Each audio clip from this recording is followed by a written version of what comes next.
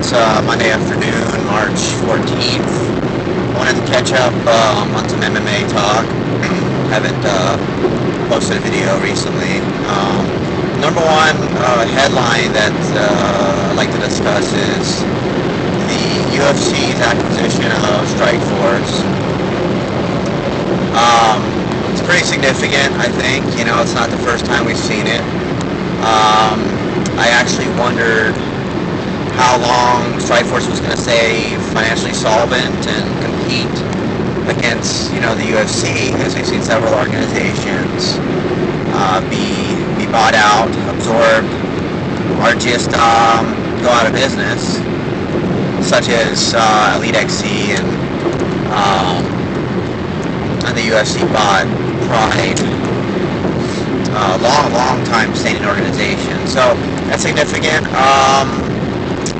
Word is that Dana's going to let them do their own thing for now. They seem to be doing well as far as fighter negotiations and as an income stream. However, I would assume that will be null and void after the current contract with Showtime runs out.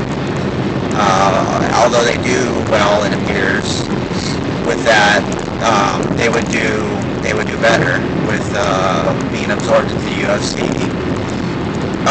You know, there's big questions about when will the UFC go syndicated. You know, net a big TV deal with CBS or NBC or a major network.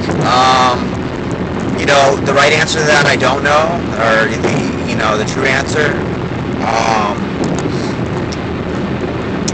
The word is that Dana White is holding out for his own channel, which is the ultimate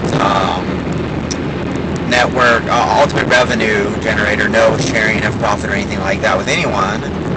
So that may be the case. We saw a lot of that going on with the college football conference realignments. So that may be going on, but who knows? From a fight fan's perspective, having a Nick Diaz back into the fold is interesting. More intriguing. The heavyweights coming into the fold, having some potential matchups there would be intriguing.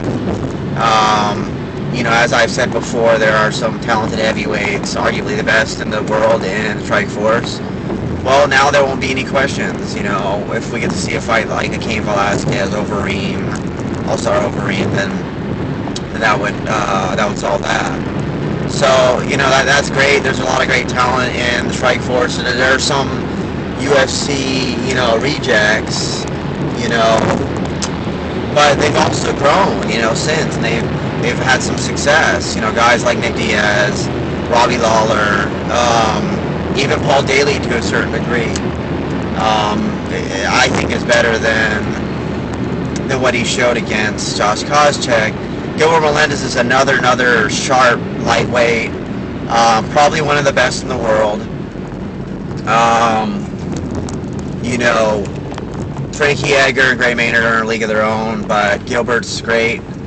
If you want to throw Eddie Alvarez into that discussion, who's in Dream, it just makes for some great matchups. So, I think it's going to be good.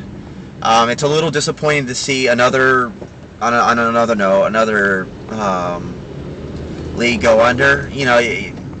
This is America, and it's built on competition.